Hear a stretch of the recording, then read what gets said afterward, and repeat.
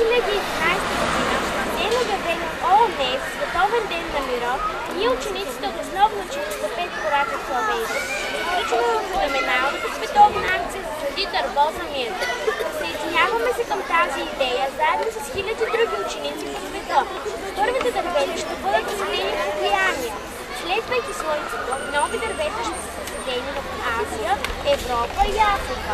Накрая зелената верига ще достигне Америка.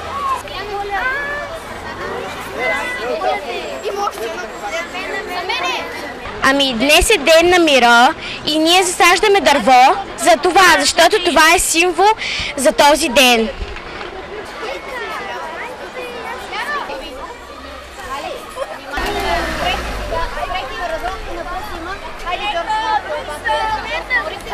Инициатива, каква е нейната идея? Ами да засадим дърво, за да сме по-близки, да сме винаги в мир.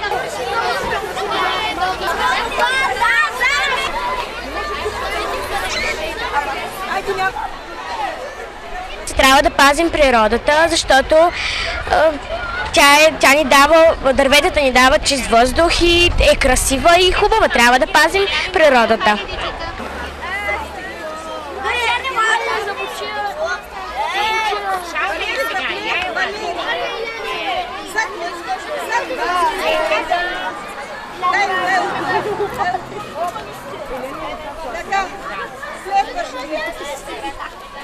Стигли се назад. Добре, че стигли се назад.